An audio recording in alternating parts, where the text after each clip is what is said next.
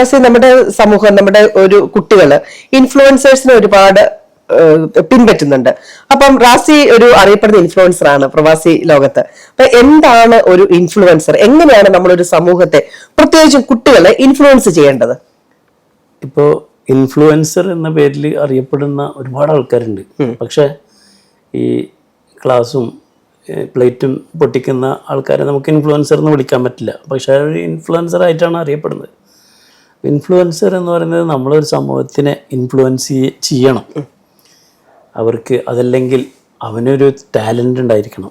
Talent means അവൻ്റെ പാട്ടിലൂടെയോ അവൻ്റെ അഭിനയത്തിലൂടെയോ അവൻ്റെ വരയിലൂടെയോ അവൻ്റെ പെയിൻറ്റിങ്ങിലൂടെയോ അവൻ്റെ നൃത്തത്തിലൂടെയോ ഒക്കെ ഇൻഫ്ലുവൻസ്, അല്ലെങ്കിൽ അവൻ്റെ ടീച്ചിങ്ങിലൂടെ, സംസാരത്തിലൂടെ ഒക്കെ സമൂഹത്തിനെ ഇൻഫ്ലുവൻസ് ചെയ്യാൻ പറ്റിയെങ്കിൽ മാത്രമേ അത് ഇൻഫ്ലുവൻസർ ആവുന്നുള്ളൂ. അതെ, തീർച്ചയായും. ഇന്ന് ഇൻഫ്ലുവൻസർ എന്നുള്ള meaning is entirely different.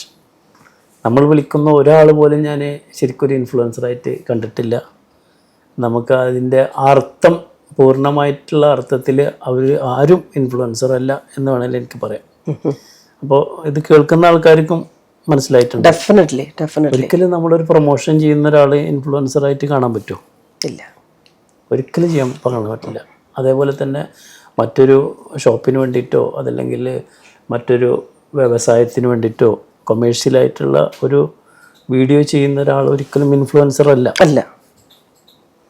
Influencer അയാളുടെ ടാലൻറ്റ്, ദൈവം കൊടുത്തിട്ടുള്ള ടാലൻറ്റിലൂടെ അവർ കാണിക്കുന്ന ഒരു ഇൻഫ്ലുവൻസിങ്, അതാണ് ഇൻഫ്ലുവൻസിങ്. അതല്ലെങ്കിൽ ഈ പറഞ്ഞ പോലെ നമ്മൾ സമൂഹത്തിന് മാതൃകയാവുന്ന കാര്യങ്ങൾ പറഞ്ഞു കൊടുക്കുന്ന, നമ്മൾ പറയുമ്പോൾ അയാൾ പറയുന്നതിൽ കുറച്ച് ശരിയുണ്ടല്ലോ എന്ന് തോന്നിപ്പിക്കുന്നത്, അതാണ് ഇൻഫ്ലുവൻസിങ്. തീർച്ചയായും.